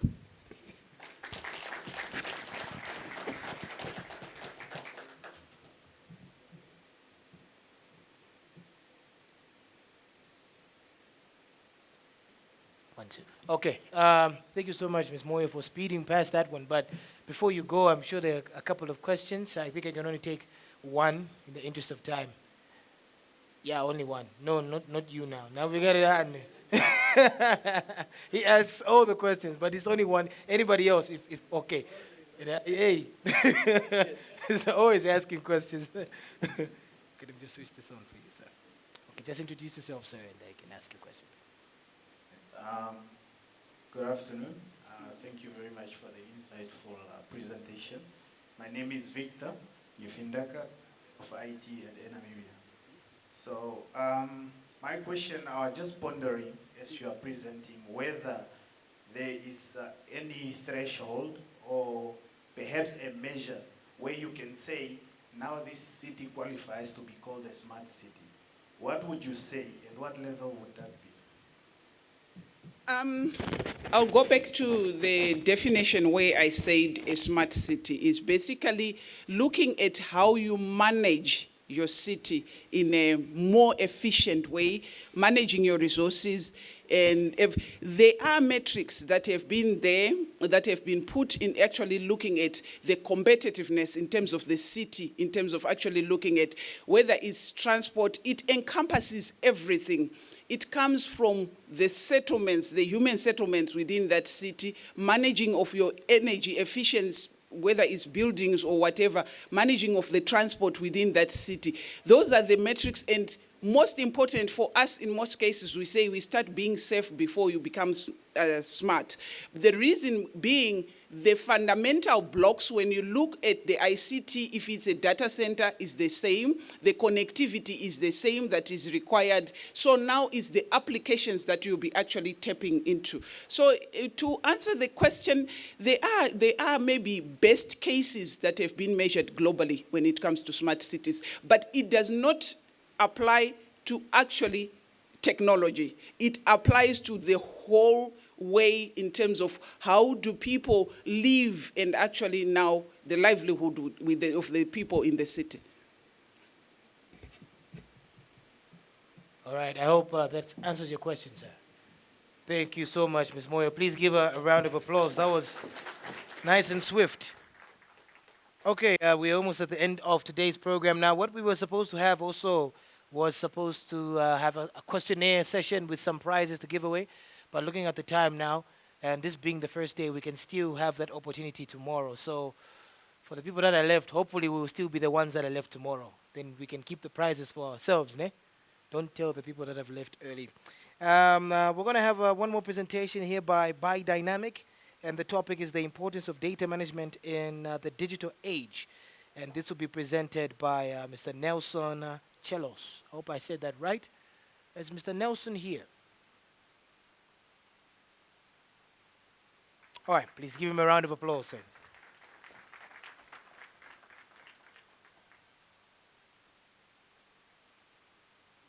Oh, yeah, the steps are here. So it's Chelos, not jealous, ne?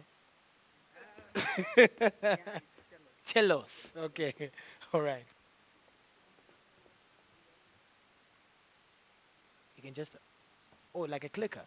I think there's a challenge with that, sir. Is it? You Okay. can just change the slides for you. All right. Good afternoon, everyone. Are we ready still to be transformed, or are we tired? Never be tired for transformation. That's one thing I had outside there. I'll be looking at the importance of data management in the digital age. But first, maybe before I start, I should establish that I'm not a trained data scientist, but I work with a team of highly qualified and intelligent data scientists. So I'm here to represent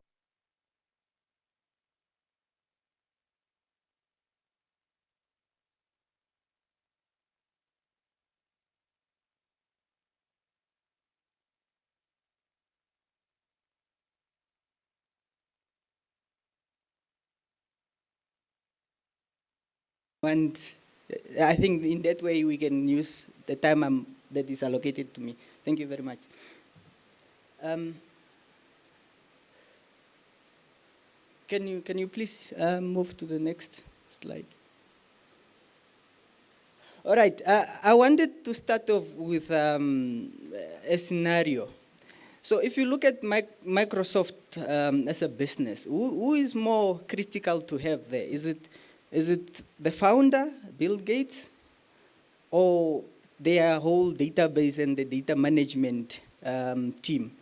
So like if you pull one of those two, which one is more critical? I wanted us to look at it from that perspective, and perhaps bringing it home also to say the ICT companies that we have here, who is more critical to have in that whole team? Is it the CEO or the data management team and the rest of the crew? If we can just perhaps think about that. And obviously, this is coming from something that I personally have been working on, is that if for instance you look at the climate situation that we are faced with today, of which I'm lucky to be the one looking at the whole climate data and the history for the Ministry of Land, and also looking at how has been the things and how are the patterns, where did we miss it? You realize that some of the things that are happening today, we were actually supposed to know either 10 or 5 years back, but as the situation is now, is that we find ourselves in the situation, and then that's when we want to sort of find solutions. And I think that's part of, when they say you failed to plan and now you are in trouble. Do we agree with it? That even this summit, we were supposed to know more or less about it 5 years ago, who will be here, and what they will be wearing, and so forth and so forth. Please, next. On the data management itself, like I said in my introduction, I think the team is there that is qualified to go more into details, more technical issues. But I'm just looking at a very high level, perhaps, and I understand there are some managers as well here for various institutions who can agree with me in some aspects and obviously contribute. So we can have it as an engagement presentation. So, but it includes, your processes, looking at policies, setting standards, so that everyone in the organization is working within that. And obviously, this is driven by the objectives that you want to achieve. So there are issues around compliance. Obviously, you want to grow your business. That can only be based on, on some facts. The issue of storage as well. So if you have data that is all over the place, you might struggle with space, and obviously efficiency. And I just picked up this on my way to the summit this afternoon, so I had to edit quickly. That, in the US, for instance, 93% of companies that lost their data center in 10 days or more, they actually ended up filing for bankruptcy. I'm sure there are many other issues associated with that, but I think it should just, be a pointer to something very serious. And 50 of them that don't have the data management, within the same period, actually also filed for bankruptcy. So those are some stats that are quite useful, I think, for us. And I'm sure one of us here can also do a similar study for the Namibian case. Next. So, like I said, let me rather present on a high level sort of, approach. And so this is more like a journey, which is basically your data management life cycle. So obviously, the first thing that you have to look at is the data sources. I know in the past, we were relying more on traditional ways of collecting data, where you send the whole staff members or the whole squad to the field, and then they collect, and there are many errors, and so forth and so forth. But nowadays, I guess there are many other various data sources and tools that you can use to collect data. One good example that, for instance, I used for the climate data one is that I'm not only looking at the setup, I and the teams, or the team colleagues are very serious. I'm not only looking at the setup ground stations, but we are also looking at the remote sense data. We are also looking at automated stations. We are also looking at mobile applications that does, weather data collection and so forth. And obviously, the next step is to assess that data that you are getting from those various set for yourself. There is expected outcomes, and that you have to assess at the very beginning of your cycle there. Then you would want to perhaps link up with them, and you do next is to, step by step go through this just quickly, and then I guess we can start also engaging. Next, please. All right, the origination, I think this is too much text, but part of it is also because I'm a fan of qualitative data. I know at school we are told your presentation should not have too many text, but it just depends, if nowadays we are looking at tools that can, analyze the whole document, for instance, where you have no images or quantitative data. So it's not necessarily to say I couldn't summarize, but I also wanted to bring that to your attention that, I think it's high time we also look at qualitative data as really a useful source of facts and information that we can use.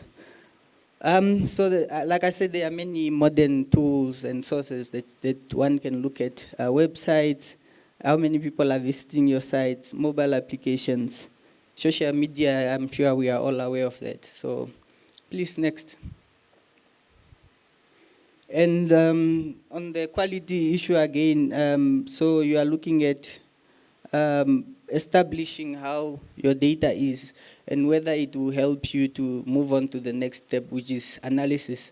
Otherwise, you have then to figure out ways of, either interpolating it, filling the gaps, and so forth. Next.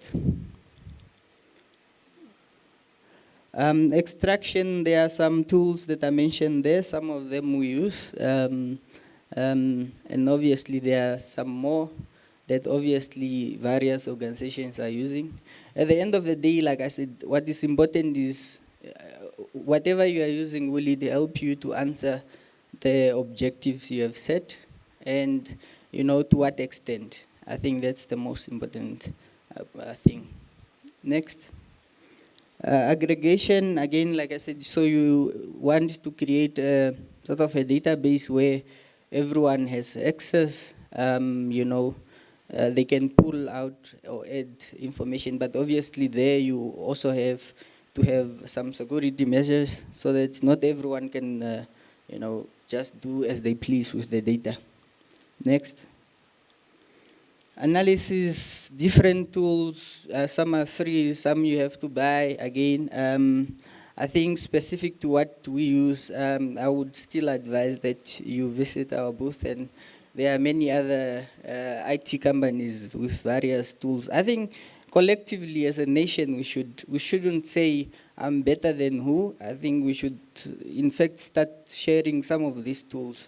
So that, at the end of the day, we are trying to solve problems that are facing the country, not, to say I'm better than, the other company. Next. So what do you do then when you have carried out that whole process of, collecting, cleaning, and then obviously analyzing? So then you need to take an action. And this is, for me, very critical because for our situation as a country, because I feel like this is where we are failing. We have, obviously, our data management and data collection and, the whole sharing issue is not up to standard.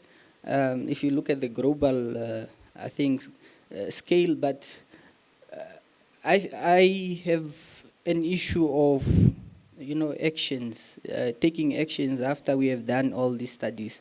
And obviously you would want then to know what numbers are saying, for instance. If you are a business, so who are your customers, where are they located, what do they like? All this information sort of help you to build a strong business model that obviously will help you to expand and have people happy with your services. In terms of agriculture, I spoke of the climate study that we are conducting. So, for instance, with that one, we are trying to map the whole country and establish at each spot how is the climate there and what sort of, for instance, crops can you plant there. So instead of just, thinking your neighbor has this and then you also run to the shop, buy the seeds and you plant it, or animals or anything else. So we'll generate those maps where obviously this is where I'm located and this is what is suitable for this area. So that's sort of the action that we are talking about, making an action that is facts-based. And obviously in terms of I don't know if you are aware of this. I understand MBCS, for instance, a new application, so they can see. I'm not sure if that's what is happening, but they can perhaps see, who are the viewers, what do they like, what programs, and so forth. So many advantages. I think you can move on to the next. I still want the 20 minutes so that we can all go the other side. All right. So I think coming back to what we do. So why do we think this is important? Obviously, you can predict even the behavior of your customers, and that is critical. I think the world's most powerful companies have mastered that. And, now and then I listen to, especially startups in Namibia, if you ask them what challenges are you faced with, the first one is always capital. But if you ask them about figures, they know nothing. Like, they don't have numbers. They don't know what is going on. How is the environment they are operating in? But I think that's what we need to fix first before you say, look, I need so much based on what I saw with the numbers. So that's why even the behavior, whether your product will be relevant, should be somehow driven by, what numbers are saying. And I think as BI dynamics, I hope you understand what BI means. It's business intelligence, so it's intelligent people who came together to look at dynamic, solutions. So we looked at a few companies where we could tell, how they are losing customers and to who and why, somehow. So that is not for me to market, but that's what we can do at Business Intelligence Dynamics. And obviously, you can, automate some of these, that you get reports generated from your database, for instance. And I know this one specific client, so we managed to increase their revenue by 12%. One of the project, not obviously not a bad figure there, and the whole cleanup exercise that we did for them, we could clean up about 25% of the duplicates. Next, please. So in summary, what I'm saying is that you can easily collect data. I think everyone, you can send anyone to collect for you data. Not everyone, but obviously you can train everyone to collect for you data. That's what they do mostly with, surveys where you send people out. But I think you have to be more careful with the management and the organizing, and obviously how you utilize that data. Because it can either, take you to the next stage, or it can lead to, a disaster. And obviously that disaster is never a good one. There's jobs being lost, solutions being labeled as bad ones when it's not really the fact. So, but it's just because the way the data was handled and managed is not, in a good way. And that last one, is my favorite. I think, I don't know if I said this, but as a trained geoscientist, so oil and gas is part of what I do. But I know that's a lie, what they are spreading now, that data is your oil today, because, oil can get finished it depends on the extraction and the resource that you have defined. So I feel data in solutions are, I think, endless. Next. Oh, wow. Okay, so that's where we are for the next 20 minutes, unless if there is any question. But thank you very much. Yeah, I knew you got a question. I just